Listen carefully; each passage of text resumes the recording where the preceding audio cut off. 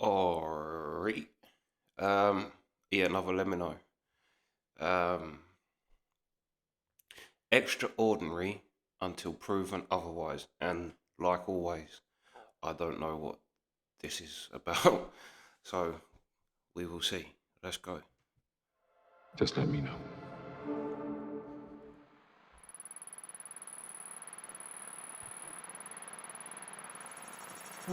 Oh, is this what's his name?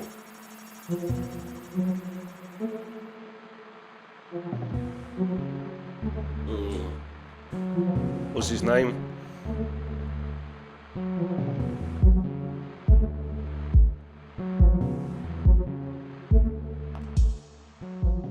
In early 2007, this silent black and white video was uploaded by a user on a conspiracy and UFO-centric forum called Above Top Secret. The user claimed the video depicted a disc-shaped UFO outmaneuvering a fighter jet somewhere off the coast of Mexico in the mid-2000s. They had supposedly gained access to the video while serving on board a US aircraft carrier and claimed to have smuggled the potentially classified material off the ship.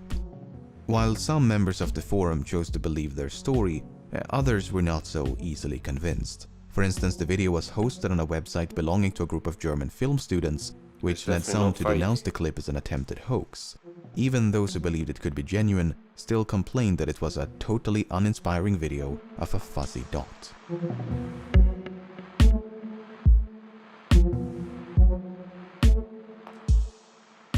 Over a decade later, this long-forgotten video suddenly resurfaced as part of an article by the New York Times. The video was now linked to a secret government-funded program and was even corroborated by a credible eyewitness. What had initially been dismissed as a hoax turned out to be real. The video was said to depict a genuine encounter between US Navy fighter jets and some sort of unidentified craft. A second black and white video of a similar yet completely separate incident was also featured at the beginning of the article, except this one had sound. Dude, there's a drone, bro. There's a whole fleet of them. Look on the ASA. My gosh. They're all going against the wind. The wind's 120 knots from the west. Look at that thing, dude. These two videos, along with a third released a few months later, spread across the internet like wildfire. Comment sections and discussion threads were dominated by unrestrained speculation about aliens and paranormal phenomena. The skeptics meanwhile took it upon themselves to analyze every pixel in every frame in the hopes of uncovering some neglected clue that could identify these fuzzy blobs. Any lingering doubts about the video's authenticity vanished with the release of an official statement by the Department of Defense confirming that the videos depicted real events involving unidentified aerial phenomena. So, Yeah, the thing about what them, exactly are we looking at? the thing about them that gives them so much credibility is that pilots don't know what they are. And do you know what I mean? These pilots fly around all the time. They know what things are, and they know how planes move. And the fact that they are baffled, like they have no idea what they are looking at, says it's something weird.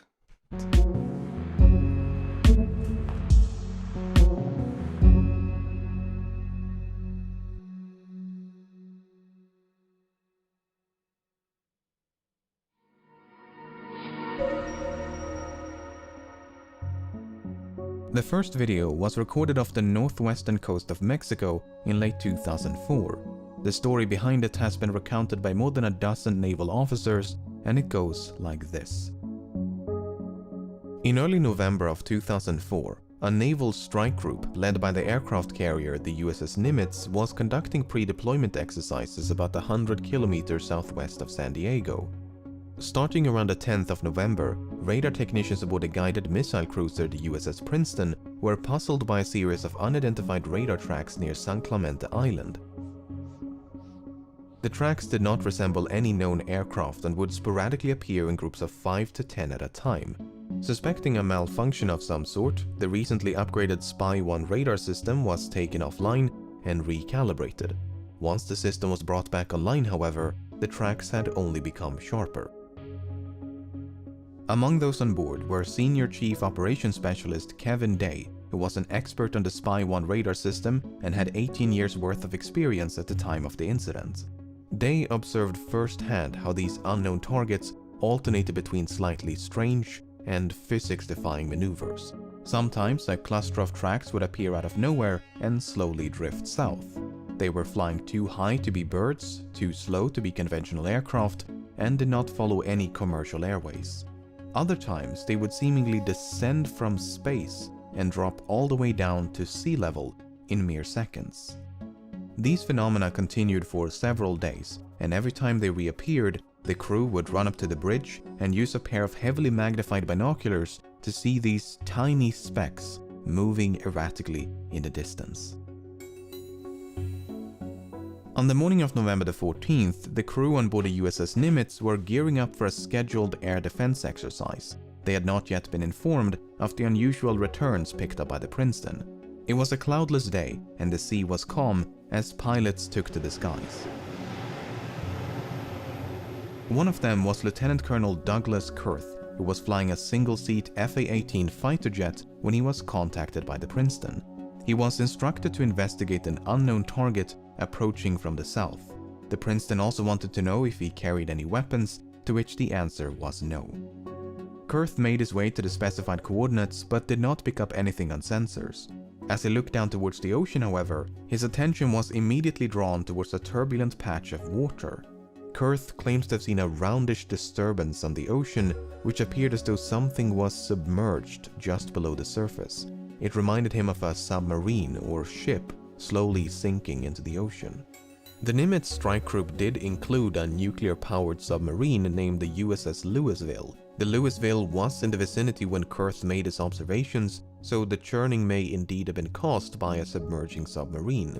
If not, then whatever was in the water managed to evade detection by the Louisville's extremely sensitive sonar. Kurth was soon joined by a squadron of 2 tandem-seated F-18s, the lead aircraft of which was piloted by Commander David Fravor. Much like Kurth, Fravor claims to have seen a disturbance on the ocean, which he described as having a vaguely cross-like shape. He thought it resembled a downed airliner and described its size as much larger than a submarine. While Kurth eventually circled back for the Nimitz, Fravor and his wingman decided to get a closer look. As they began their descent, they noticed a white, capsule-shaped craft moving erratically above the disturbance. At first, they thought it could be a helicopter, but there were no rotor blades. In fact, it was perfectly smooth. No markings, no exhaust, no protrusions of any kind. The UFO appeared to maintain a consistent altitude, but made rapid lateral movements with no visible means of propulsion. According to Fravor, it was a bit smaller than an F-18 and resembled a giant mint of Tic Tac. As Fravor continued to descend, his wingman decided to maintain altitude and kept watching from above.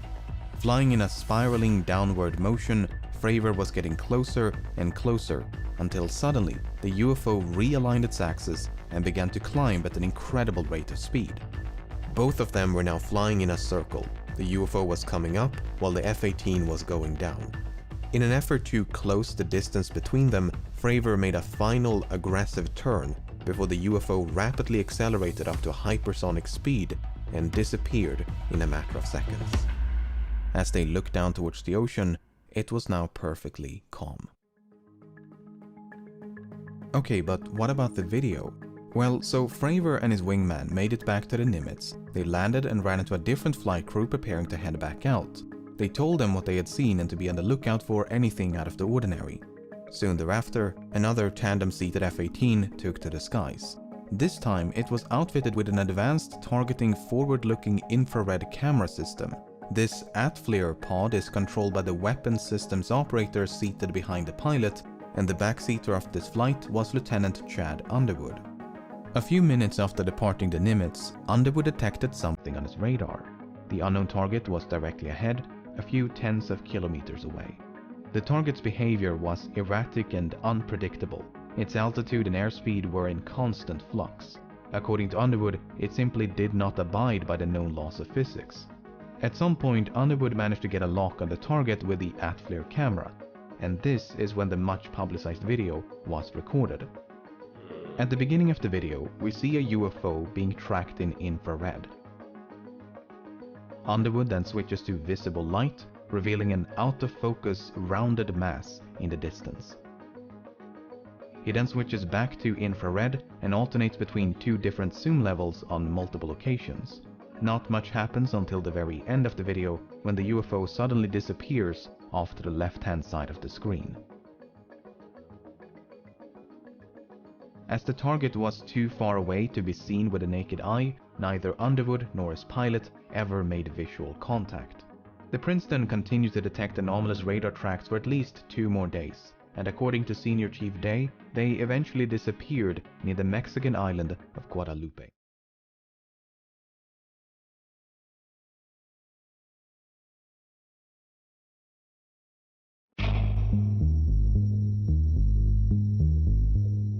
In complete isolation, utterly divorced from any and all surrounding context, this video is extraordinarily unremarkable.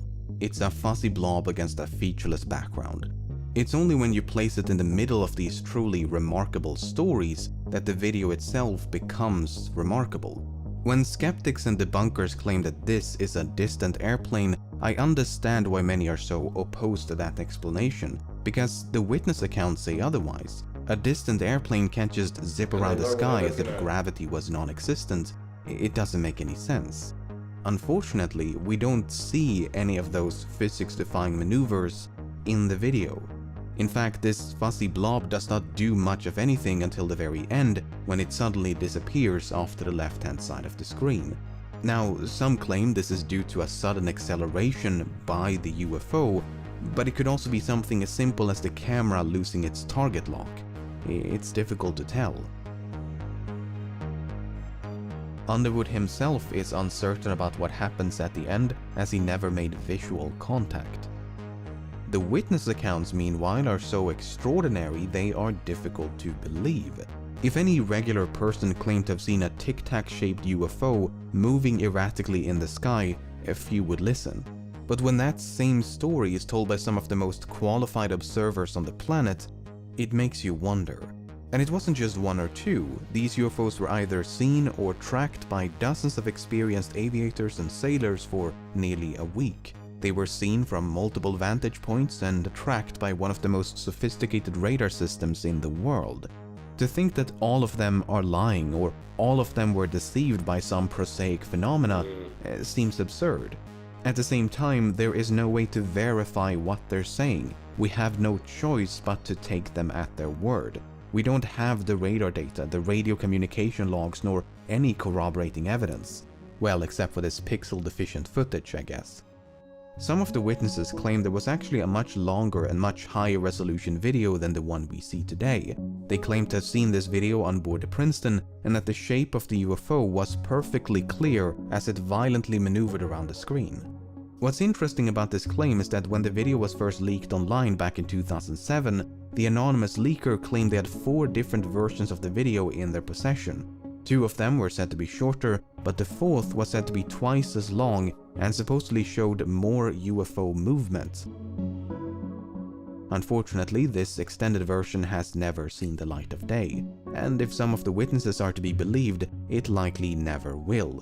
You see, on the evening of November the 14th, all the footage and data from these events were supposedly erased. Witnesses claim that 2 men arrived via helicopter who then collected the relevant data before having all the tapes and hard drives wiped clean. Witnesses from both the Nimitz and Princeton recall such a visit and insist that nothing like it had ever happened before. This has understandably led to speculations of some sort of cover-up, that these sightings were that of top-secret military drones or aircraft.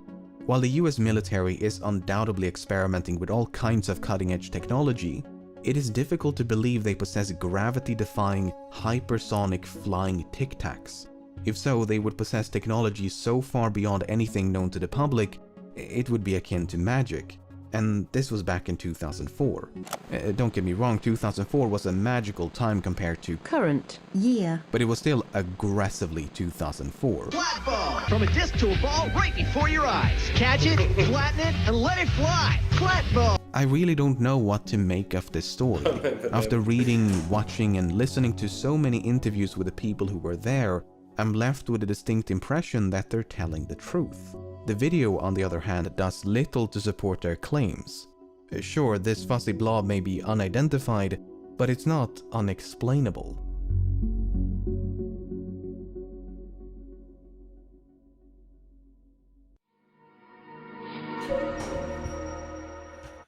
Well, I pause it there and come back.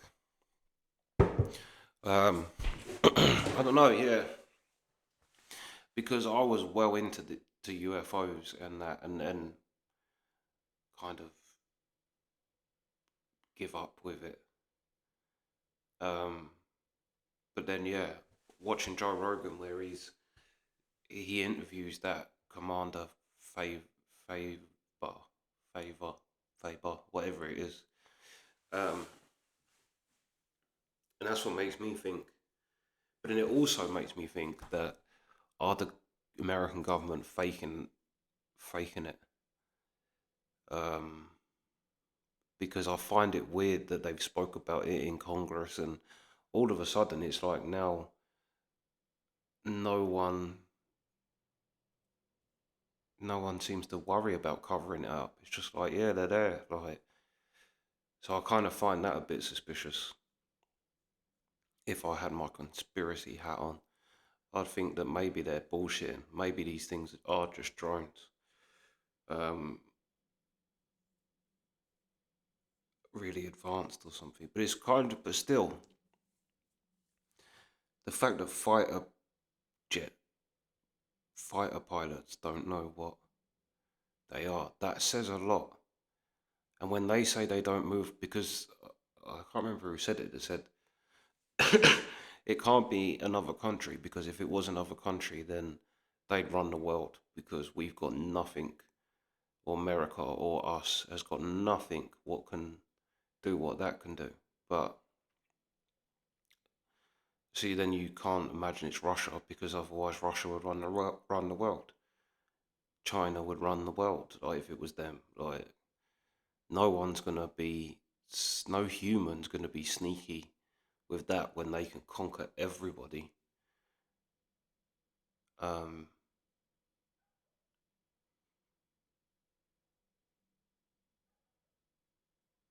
Yeah,